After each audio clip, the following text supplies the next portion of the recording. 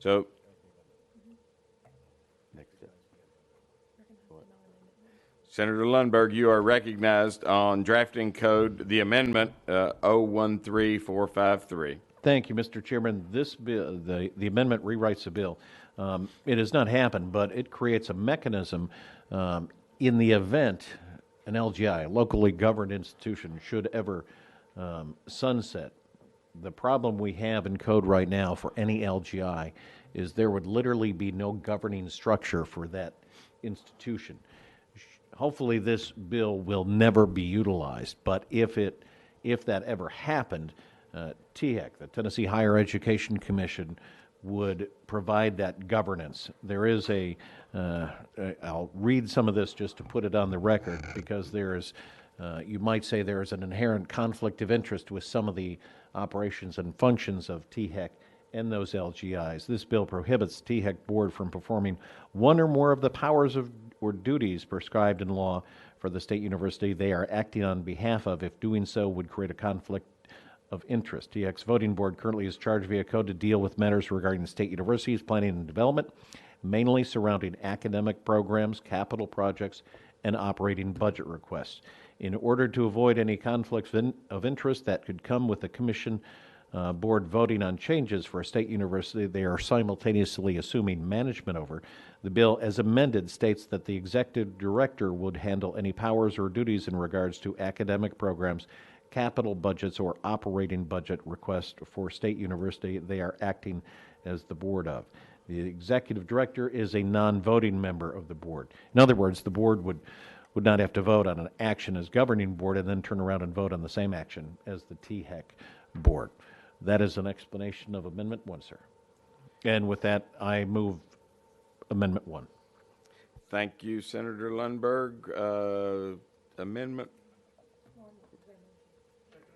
Need a motion on Amendment 1. Senator Chairman Gardenhire is 013453, Senator Hensley. Is it on the dashboard?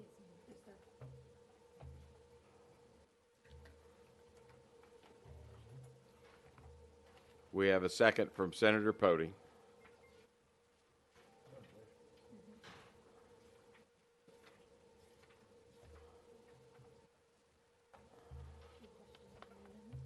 Any questions? Any questions on the amendment?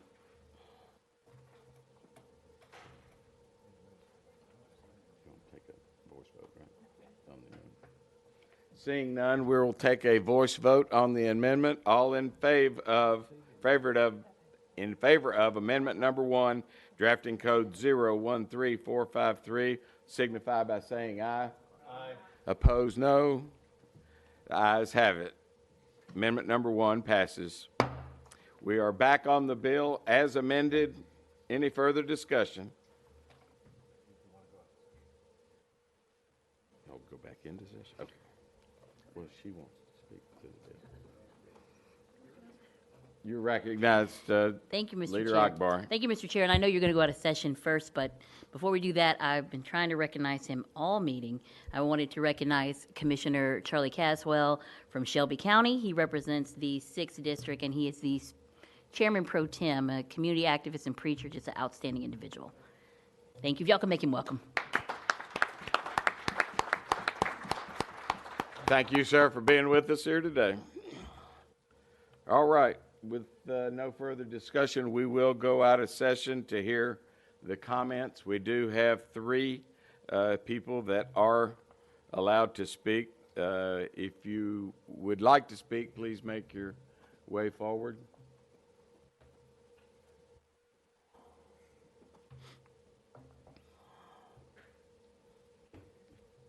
State your name, right?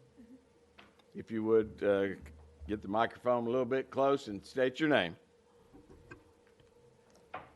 Thank you. Can you hear me? We can. Okay. My name is Pamela Brooks.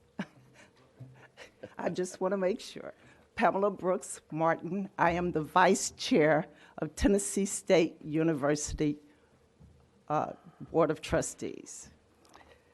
So first of all, I want to thank you all, the chairman and the members of the committee, for allowing us to speak. Ms. Martin, before you get going, let me tell you there is a 3-minute time limit that we have. Okay, and we are out of session. okay. Thank you. I will hurriedly through this. I believe I bring a rather unique perspective to this legislation. I'm one of the original members of the TSU Board of Trustees serving 6-year term. And before that, I was appointed by Governor Haslam to serve on the Board of Commissioners of Tennessee Higher Education. And before that, I served as a commissioner on Tennessee Board of Ethics. So from that experience, I am committed to higher education in Tennessee State University. I also have significant experience and a unique perspective to offer to this legislation. The legislation requires and transfers the governance to THEC in the event a state university board ceases to exist under the state's sunset process. I recognize that the bill does not apply only to TSU board, but the legislation might impact TSU sooner than any other state university based on TSU's current sunset status. I would like to offer the following for your consideration as the committee takes up this legislation today and determines this fate moving forward. My comments today focus on 3 areas: the impact of the transfer of governance on TSU accreditation status, the disruption of the university operations affairs, and third, the impact of the legislation to TSU's current presidential search that is in progress right now. As to the accreditation, the legislation might potentially impact the accreditation status. I'm sure you know, as well as all other public universities in the state, are accredited by the Southern Association of Colleges and Schools Commission on Colleges, also known as SACS-CLC. SACS accreditation is critically important to the operation of institutions of higher education. The loss of accreditation status by any institution would cause serious and significant harm to the institution and its students, faculty, and staff. As SACS accreditation institution, TSU and other public institutions of higher education are eligible to receive and disperse federal financial aid and receive federal grants as well. The accreditation status of the institution also affects students' eligibility to apply for graduate schools and to qualify for many federal and private jobs. TSU, as well as other LGIs, provide a significant amount of information detailing the new governance and structures, and had to demonstrate adherence to SACS and governance authority accreditation standards. TSU also hosted SACS Change of Governance Accreditations Review Team for a site visit. During the visit, SACS team met with institutional administration, members of the Board of Trustees, and reviewed and discussed compliance with SACS governance standards. I personally attended and Point of order, Mr. Chairman. You're recognized, Senator Lundberg. Thank you, Ms. Martin. Didn't mean to interrupt you, but have you read the amendment? No. And the reason I say that, and Mr. Chairman, if I may go on, the amendment, I understand what you're saying, but realize if this amendment does not pass, TSU's board would go away and not exist. Yes. Okay. And you would have no government. So everything that you say then would put into jeopardy without this.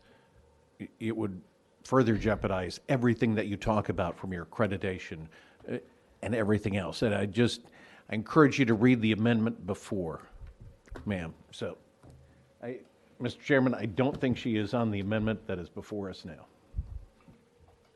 Thank you, Senator Lundberg. Ms. Martin, I think you have about 45 seconds left.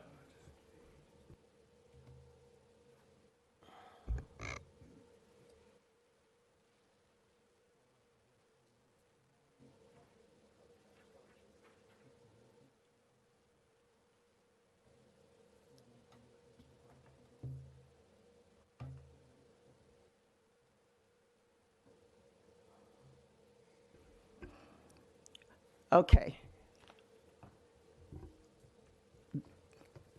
Then let me just end with this. If I understand correctly, the bill provides transfer to THAC, and then it referenced no time frame on how long the university would be governed by THAC. A university is required to go through SACS, a change of governance process upon the change of governance. This is a difficult process and a consuming process. I ask that you would consider to treat this as an expiration or vacating of the board similar to a holdover board or commission member appointment. Thus, the expired or vacated board would remain in place until the new board is appointed and seated by the governor. Senator Lundberg, you're recognized. Thank you, Mr. Chairman. She is no longer on the amendment. We're talking about anything germane to this amendment. I'd like to stick with what is before us. Senator Ackberry, you are recognized. Thank you, Mr. Speaker. I do think it is relevant to the amendment because you were suggesting an alternative to the amendment. So I don't think that it's irrelevant, and I think that you are sharing your perspective. And so I would like to continue to hear what you have to say. And I think even if we don't like it, we have to listen to it. And so I urge my members to let her finish. Once again, we did allotted time. I've already gone way over the time, Ms. Martin, but I will give you another 20 seconds if you would. No, thank you, Senator. I was finished. Thank you. And next up, I'm going to assume that you are Mr. Wimberly. Yes, sir. Thank you, sir. You are recognized for 3 minutes. Yes, sir. I'll keep it brief. Good afternoon, Mr. Chairman and committees of this members of the committee. I am Sean Wimberly Jr. I serve as the student trustee for the Board of Trustees, and I want you all to take some of my thoughts into consideration. I've spent some time speaking with the students about this bill. I have read the amendment. And you mentioned earlier about the conflict of interest. I was unable to fully understand how we're going to prevent the conflict of interest, because one thing that students are beginning to feel is that this transition into this governance of THAC, if our board was, of any board was to cease to exist in at TSU, would THAC represent the true interest of TSU solely, considering that THAC has to govern other institutions or oversee other institutions across the state. And additionally, Trustee Martin brought up the accreditation issues. I know you addressed that as well, but I just want you all to take that into consideration, that the students at TSU feel this way, and particularly about what that would look like if we transition that governance under THAC. And that's all. All right. Thank you, Mr. Wimberly. We will go back into session. Thank you for your testimony. We appreciate you being with us today. Chairman Lundberg, do you have any closing statements on your bill? Thank you, Mr. Chair, and I appreciate the comments and questions. And I just want to put into perspective. Okay.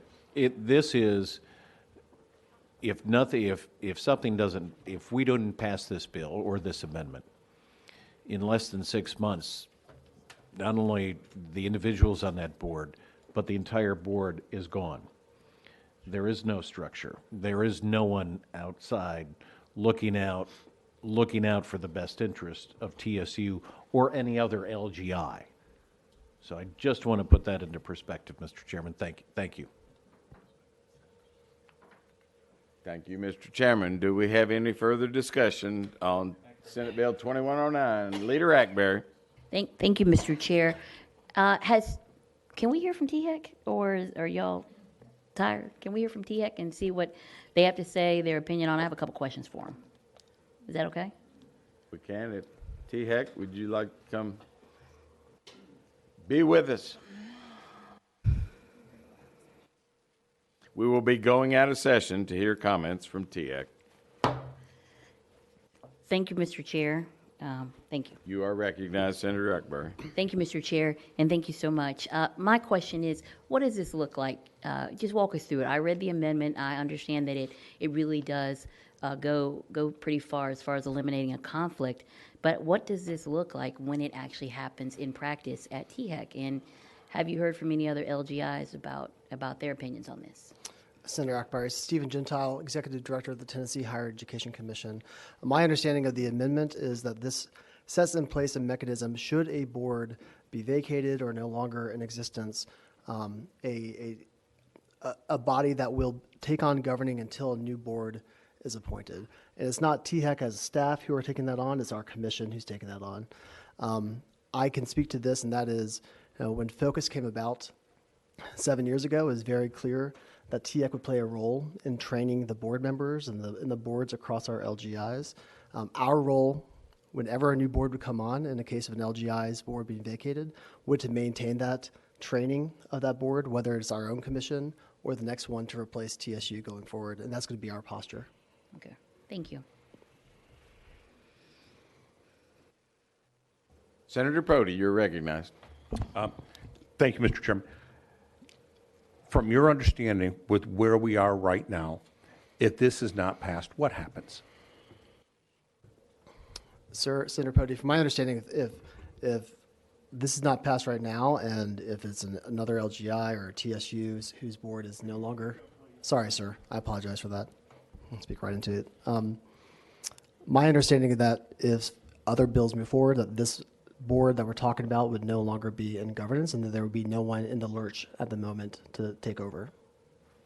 Senator Pody. All right, so I'm clear, then there is not another option that I'm aware of, because this board would completely go away. Sir, my understanding is that there is not another option. This is the option in front of us. Thank you.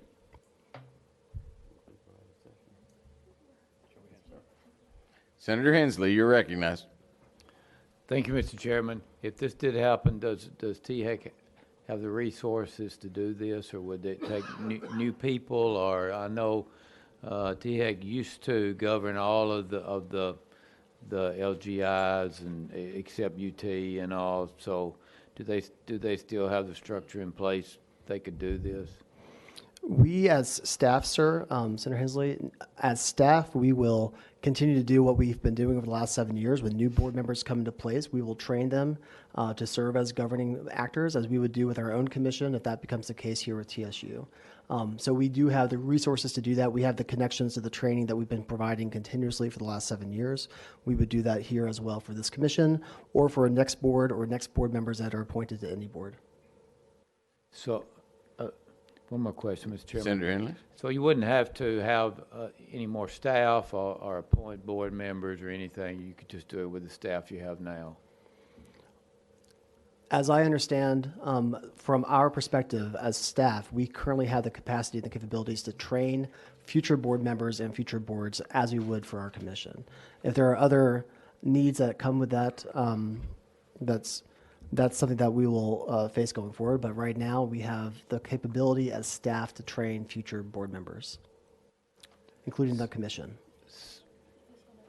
So that seems to be different, though, than actually having somebody to run a university. You're saying train the board members that are appointed, but that seems to be different than actually providing the function of the board members.